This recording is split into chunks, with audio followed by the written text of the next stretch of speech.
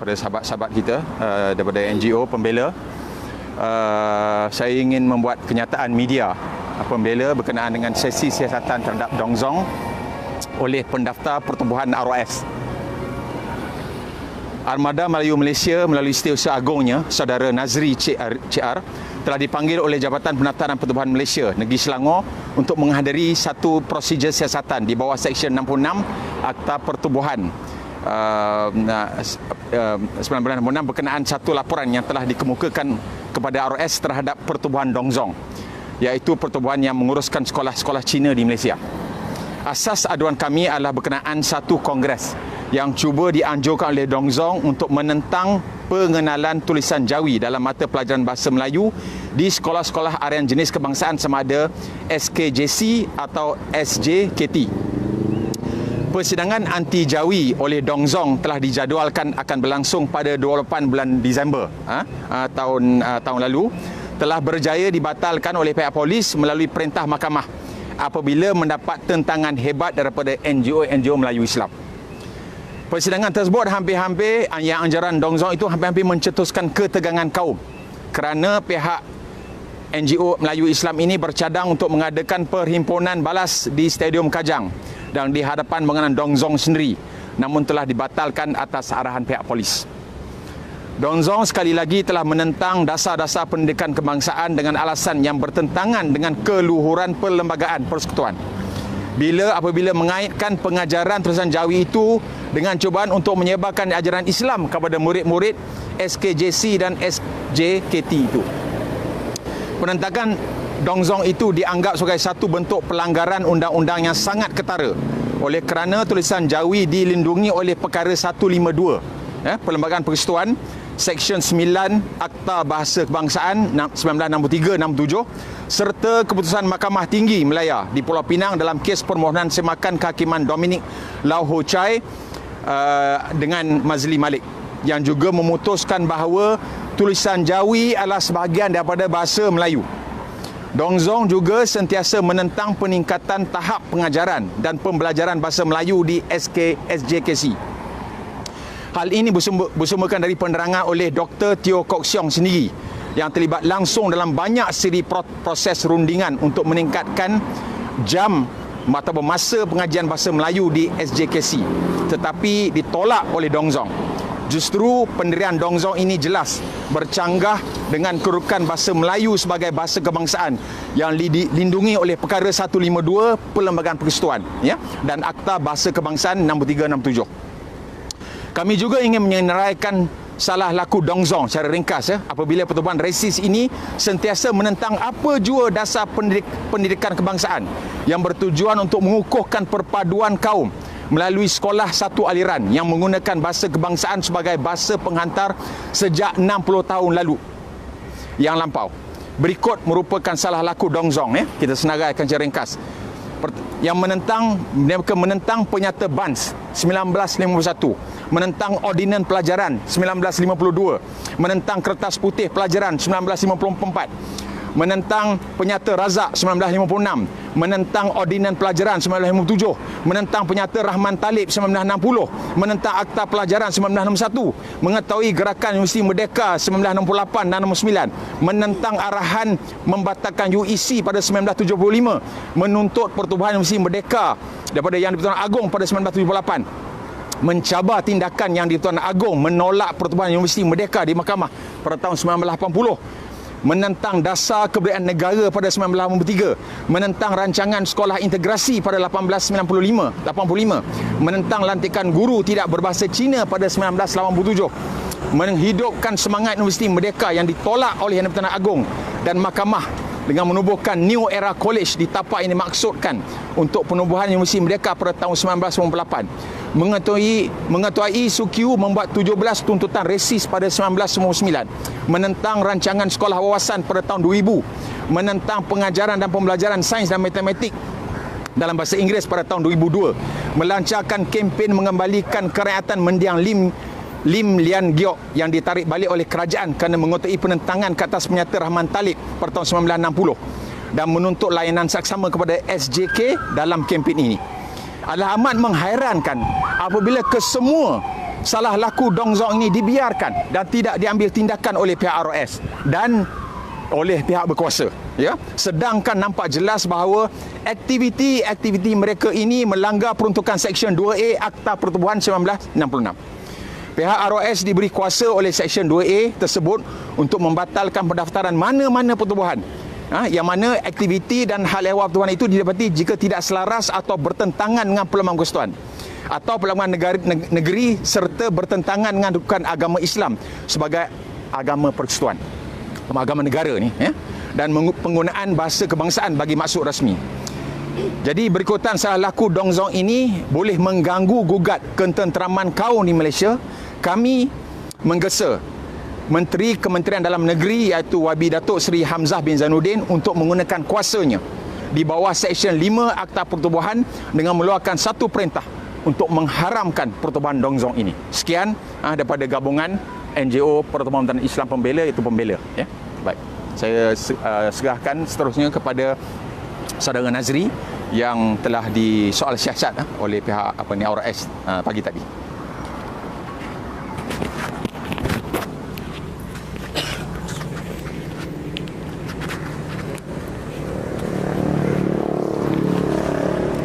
Okey. Bismillahirrahmanirrahim. Assalamualaikum.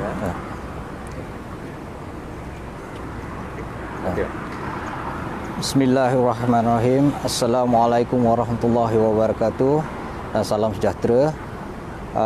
Okey, saya Nazri bin Chiar, merangkap Setiausaha Agong Armada Melayu Malaysia di bawah gabungan NGO Pembela.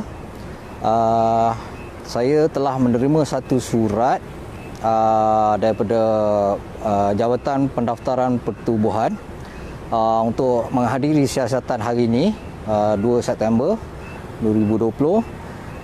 Jadi pagi tadi saya dipanggil masuk ke pejabat. Alhamdulillah telah mendapat kerjasama yang baik daripada Jabatan Pendaftaran Pertubuhan. Dan perbualan kami, siasatan itu berkisarkan sekitar ada benda-benda yang sekarang mungkin sedang diperbicarakan di mahkamah yang tidak boleh disentuh, mungkin akan mengganggu kesiasatan. Itu ni, tapi yang saya difahamkan, Jabatan Pendaftaran Pertubuhan hanya boleh mengambil tindakan terhadap satu pertubuhan itu sekiranya pertubuhan itu melanggar Perlembagaan Penubuhan Pertubuhan itu. Kan? Itu yang saya difahamkan dari segi kalau melanggar perlembagaan negara tu mungkin jatuh kepada takluk kepada bidang kuasa pihak lain, mungkin mahkamah ke apa kan. Jadi saya pun tidaklah pandai dari segi undang-undang, saya pun layman jugalah lebih kurang sepatutnya. Itulah saya nak bawa peguam saya, Cik Nadia. Tapi saya berpuas hati dengan keterangan Jabatan Pendaftaran Pertubuhan yang tiada keperluan kepada orang kata bantuan guaman ke apa, kerana ini adalah siasatan yang jabatan perlukan adalah lampiran dan bukti yang menguatkan hujah-hujah kenapa pertubuhan Dong Zong itu perlu diharamkan mengikut Perlembagaan Pertubuhan itu sendiri. Okey, dengan itu saya akan dalam kerjasama peguam saya akan Peguam Armada Melayu Malaysia akan melampirkanlah dokumen-dokumen yang akan menyokong hujah-hujah kami, ya. Dan juga apa yang difahamkan, setelah diberikan lampiran-lampiran berikut, siasatan akan dibuka dan akan dijalankan. Namun ia juga tertakluk kepada budi bicara menteri yang yang berkuasalah di atas pertubuhan pendaftaran pertubuhan ni, Jabatan Pendaftaran Pertubuhan ni, iaitu Menteri Dalam Negeri lah. Jadi itu adalah di dalam bidang kuasa Menteri Budi Bicara Menteri Dalam Negeri juga untuk mengarahkan sesuatu dapatan untuk Jabatan Pendaftaran Pertubuhan ni. Sekian, itu sajalah daripada saya. Assalamualaikum warahmatullahi wabarakatuh. Dengan ini saya serahkan kepada Cik Nadia bahagian undang-undang Armada Melayu Malaysia. Okay, Assalamualaikum warahmatullahi wabarakatuh. Terima kasih. Okey. Dah. Assalamualaikum warahmatullahi wabarakatuh. Terima kasih. Saya hadir sebagai penasihat undang-undang dan peguam kepada pihak Armada Melayu Malaysia. Tapi hari ini saya agak terkilan lah sebab saya tak dibenarkan masuk, peguam tak dibenarkan masuk semasa sesi siasatan oleh ROS tadi. Kita pun tak faham kenapa, mungkin sebab COVID. Kan? Jadi sebenarnya salah laku Dongzong ni seperti yang dibacakan oleh Tuan Mahmud tadi banyak. Dah 60 tahun salah laku ni berlaku. Okay, Dongzong menunjukkan sikap anti Melayu, anti Islam, menunjukkan sikap anti Jawi selama 60 tahun. Dan Dongzong sentiasa menentang dasar-dasar pendidikan kebangsaan selama 60 tahun. Selama 60 tahun tuan-tuan. Dan benda ni tidak diambil perhatian oleh ROS dan kita tak faham kenapa. Kita tak faham kenapa. Sedangkan kalau ikut statement daripada anak guam saya tadi, kan sebenarnya ROS mempunyai kuasa yang luas di bawah Seksyen 2A untuk mengisytiharkan pertubuhan, membatalkan pendaftaran pertubuhan Dongzong ini. Kerana apabila mendapati aktiviti-aktiviti mereka dengan jelas menentang perlembagaan persekutuan itu sendiri, apabila dia menentang tulisan Jawi, mengaitkan tulisan Jawi dengan pengajaran Islam kepada murid-murid sekolah SJKC, dan dia menentang menentang peningkatan pembelajaran bahasa Melayu di sekolah SJKC. Jadi itu dengan jelas sebenarnya memberikan kuasa kepada pihak ROS untuk membatalkan pendaftaran Dongzong, dan itu tidak berlaku. Dan di bawah Seksyen 5 Akta Pertubuhan sendiri, Menteri KDN, Menteri KDN, dengar sini, Menteri KDN YB Hamzah Zainuddin, beliau mempunyai bidang kuasa mutlak, budi bicara mutlak untuk mengisytiharkan, mengeluarkan satu perintah Dongzong ini diharamkan serta-merta. Kerana dengan jelas ia menggugat apa-apa aktiviti Dongzong yang terbaru, Kongres Anti Jawi yang dilaksanakan, yang dirancang untuk dilaksanakan pada bulan 12 tahun lepas, tetapi telah dibatalkan oleh perintah mahkamah. Perintah mahkamah. Terpaksa guna perintah mahkamah untuk batalkan Dongzong ni, untuk menyekat kedigilan Dongzong ni. Sebab kalau tuan-tuan tengok Kongres Anti Jawi yang lepas, sebenarnya hampir berlaku pertembungan antara orang Melayu dan orang Cina. Orang Melayu hampir-hampir berhimpun di depan bangunan Dongzong di Kajang itu. Itu sendiri tidak diambil perhatian oleh ROS. Dan kenapa NGO macam kita kena buat susah payah hari ini berpanas-panas untuk menghadiri, untuk meletakkan kes itu depan ROS. Jadi kita bertegas, kita akan bawa kes ni. Kita mungkin akan hantar memorandum kepada KDN sendiri, dan mungkin kita akan buat satu tindakan susulan di mahkamah lah. Dan perkara ni kan perlu diambil perhatian oleh pihak KDN, dan kita nak pihak KDN mengeluarkan satu perintah untuk mengharamkan Dongzong ini dengan serta-merta. Okey, sekian, terima kasih.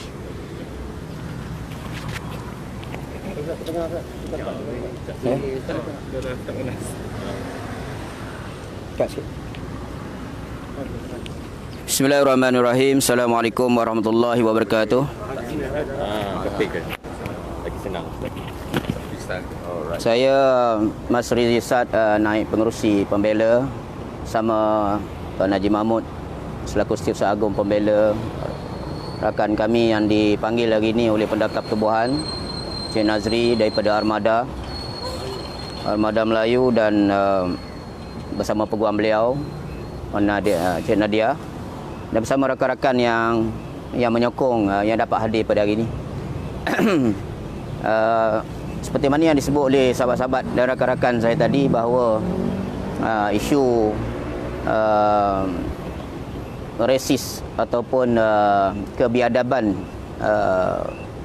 tubuhan Dongzong ini sudah dah berada di tahap yang sebenarnya dah cukup bukti. Kita nak kerajaan berlaku adil, sebab untuk pertubuhan-pertubuhan Islam yang dianggap sebagai ekstrim, kerajaan boleh bertindak tegas, cepat tindakan tegas itu. Jadi untuk kumpulan ini sepatut kita juga bertindak tegas. Kalau seperti gerakan Hindra yang agresif, juga pihak Kementerian Dalam Negeri boleh bertindak tegas. Kalau kumpulan seperti Arkam, seperti jemaah jemaah islahnya, jemaah pertubuhan-pertubuhan yang diambil tindakan, jemaah Islamiah ke apa ke yang dianggap sebagai kumpulan teroris, juga telah pun diambil tindakan yang tegas oleh pihak berkuasa. Jadi untuk Dongzong ini sebenarnya dah cukup bukti dah. Dari segi sudut mereka dah cuba campur dalam urusan bahasa, dalam urusan utusan Jawi, penghinaan pada utusan Jawi, mencampuri urusan hak kita. Mana dah melanggar perlembagaan, dah melanggar dari segi hak-hak orang Melayu yang dijamin dalam perkara 153, dah melanggar dari segi sudut ketenteraman, kerana menimbulkan kemarahan sehingga boleh menimbulkan rusuhan kaum, dah menimbulkan satu kebangkitan kepada rakyat pribumi Melayu sebab mereka rasa terancam dengan sikap ini, sehinggakan kita hampir mengadakan himpunan besar di Stadium Kajang dalam isu bantahan mereka nak mengumpulkan kongres membantah Tuan Jawi. Dan juga mereka meranggar titah Tuanku sendiri, sebab Tuanku sendiri, Tuan Yang di-Tuan Agong, Permaisuri Agong mempertahankan dalam isu tulisan Jawi ini. Jadi dia tak menghormati, bukan hanya tak menghormati orang Melayu, bahkan bahasa Melayu, bahkan sampai ke tahap titah Agong pun dia tak hormat. Sama juga kalau tengok kes di Teras, adun Teras di Pahang yang kecoh sekarang ni diraup kan. Dia juga yang memimpin untuk membantah papan tanda tulisan Jawi dengan kerajaan Negeri Pahang. Jadi puak-puak ni dia selari saja, di mana saja dia berada dia akan tunjuk dia punya perangai dia. Jadi sampai bila umat Melayu Islam akan menjadi mangsa? Sampai bila bangsa kita akan terus menjadi mangsa? Dalam isu apa pun orang kita lah yang akan jadi mangsa. Jadi kita merayulah kepada menteri, khususnya Menteri Dalam Negeri dan Perdana Menteri kita sendirilah. Kita kena bertindak tegas lah. Sebab kalau kita tanya pendaftar pertubuhan pun, mereka ada bidang kuasa yang terhad. Jadi kita nak guna kuasa kita waktu Allah dah bagi kuasa ni, dengan sumpah wallahi wabillahi watallahi yang dah menteri lafazkan di hadapan Yang Tuan Agong tu, gunakan untuk mempertahankan tulisan Jawi ni hak Allah, haknya yang dibawa oleh Rasulullah SAW kepada kita. Kena pertahankan hak agama bangsa dan tanah air kita yang diceroboh, yang diganggu, sehingga rakyat seolah-olah tidak rasa selamat lagi berada dalam negara ini kalau kumpulan-kumpulan seperti ini dibiarkan. Dahlah kita kecewa dengan kes pembunuhan arwah adib, kes pergerakan LTTE, pelampau-pelampau yang dibebaskan sampai sekarang tak ada sebarang tindakan. Sedangkan orang Islam sikit silap dia kena, kan, cepat je tindakan.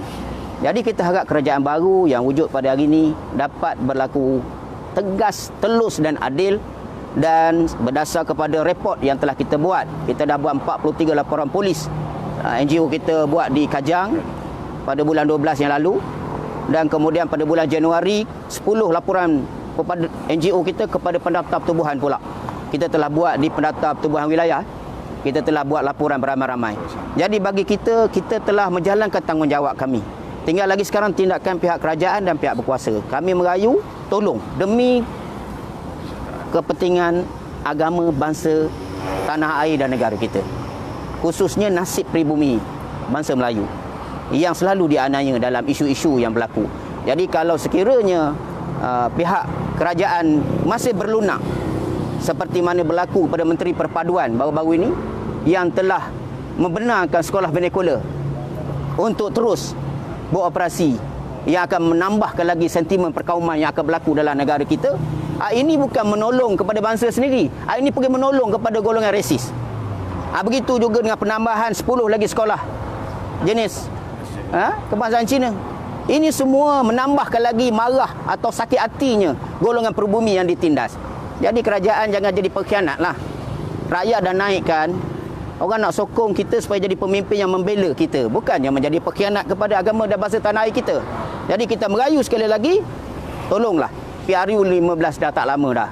Kalau menteri tak bertindak sekarang, rakyat akan hukum dan Allah akan hukum kamu sebab kamu bersumpah palsu dan kamu menipu rakyat, khususnya pribumi umat Islam yang teraniaya dalam negara kita ni. Terima kasih.